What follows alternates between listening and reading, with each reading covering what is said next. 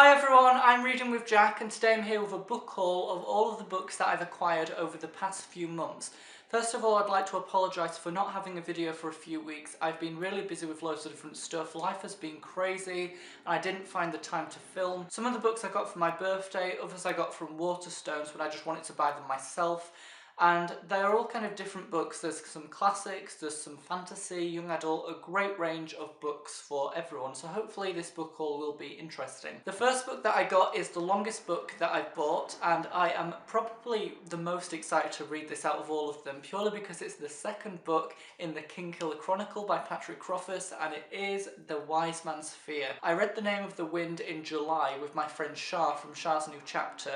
We did a buddy read and we both loved the book so much. It was amazing. It's about this character called Quoth. He's basically a legend in the world of the book. It deals with his upbringing. In the first book there's a lot about his childhood and a little bit about his university study as well, which was so fascinating. This one deals a little bit more with him becoming a hero, becoming a legend, the more heroic things that he does, and I cannot wait to learn more about him because he's such an intriguing character. I love the writing style as well. I thought the plot was full of action. It's multi-layered. There's so much to pick up on, and I will actually be doing a book review of The Name of the Wind soon. But, you know, until then I'm just going to be so excited to start reading this. The next book that I got is a book about books, and you all know that I love books about books and I need more of them in my life. So the first one that I got is The Storied Life of A.J. Fikry. I hope that's how you say the name. It's by Gabrielle Zevin. I've heard a lot about this on BookTube. A few people have been mentioning it in wrap-ups. A few people did individual book reviews on it as well, and it sounded like a really interesting idea. It's basically about this man who has a lot of problems in his life at the start of the book. I know that his wife has sadly passed away, and in the bookshop that he has there's a lot of financial problems. Not many people are actually going to the bookshop, so they're struggling to keep it running. Apparently it's quite a quick read. It's meant to be quite an easy read, so that should be quite good for a book about books.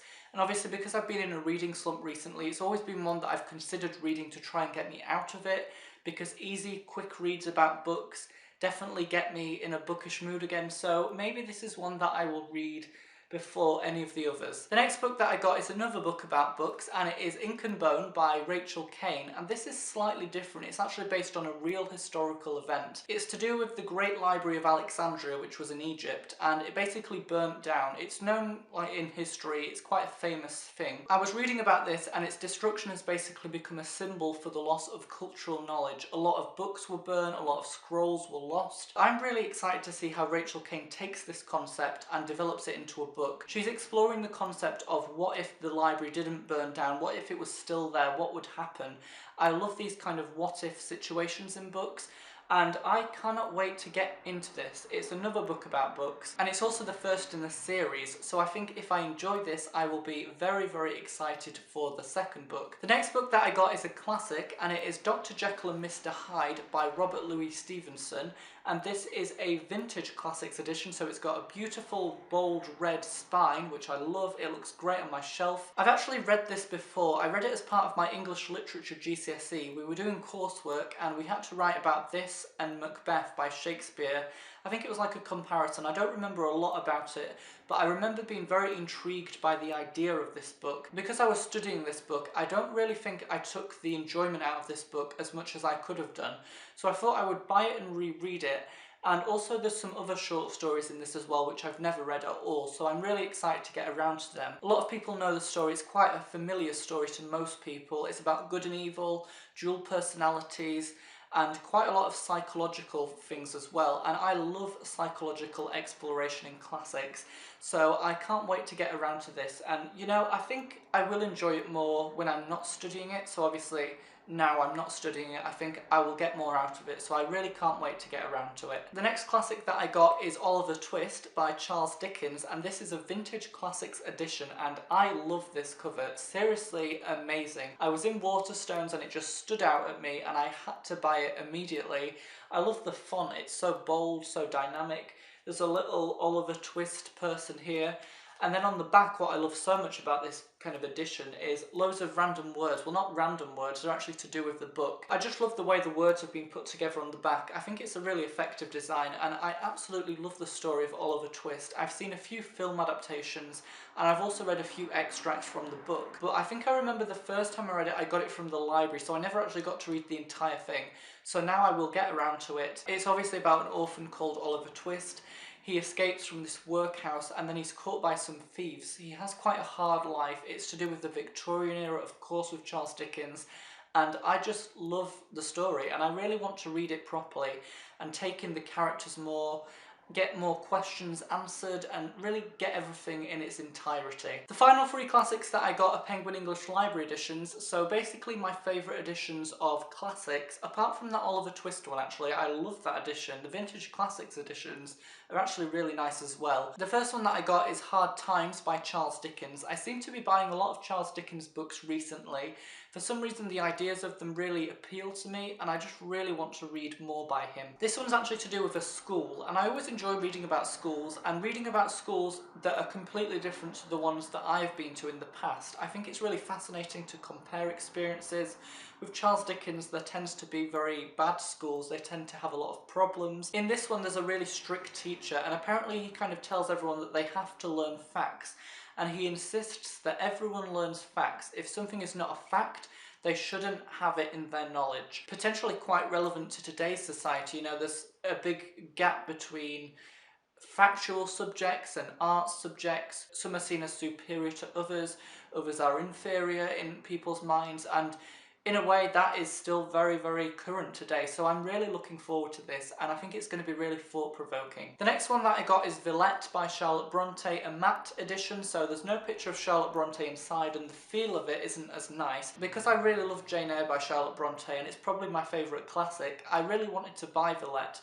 And I think over the past year quite a few booktubers have actually done the same. It seems to get a lot of talk at the moment. This one's about Lucy Snow and apparently she's going to France in a village of Villette, and anything to do with France is good for me because I'm a French language learner, so I don't know if there's going to be French language in this book. In Jane Eyre there was, and if this is set in France, surely they will be French. I really hope there is because the parts that were in French in Jane Eyre were just so much fun because I didn't have to go to the back of the book to translate it.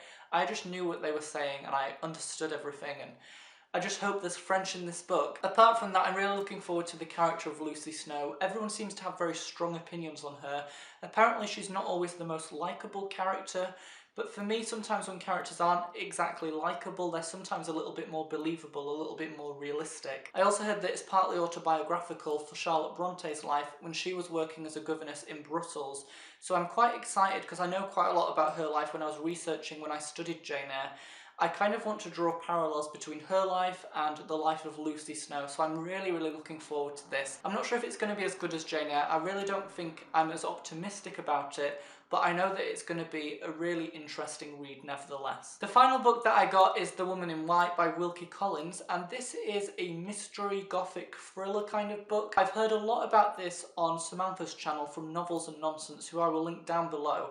She was recommending this book as a book that people should read if they're wanting to get into classics more. It deals with the main character of Walter, and he encounters this woman in white on this road. I think it's quite late at night or something. There's a lot of mystery about her identity. When I read online about this, it said that it was the most influential book of the Victorian genre that combined gothic and psychological explorations. I really love gothic books, I really love psychological books, so a mixture of the two should be perfect. So I can't wait to get around to this. It's quite a long classic, and classics generally take me quite a long time to read anyway, but whenever I get around to it after I stop procrastinating, I will hopefully enjoy it. So here are all of the books that I've acquired over the past few months. There's quite a lot, obviously quite a few classics, and I can't wait to get around to them in particular, to get into more of a classics mood, but obviously the YA books and the fantasy as well, they're going to be really entertaining. So thank you so much for watching, everyone. Let me know if you've read any of these books, and obviously, you know, tell me if you liked them, if you disliked them, if you're planning to get any in the future, or if you've heard anything about them, anything about books.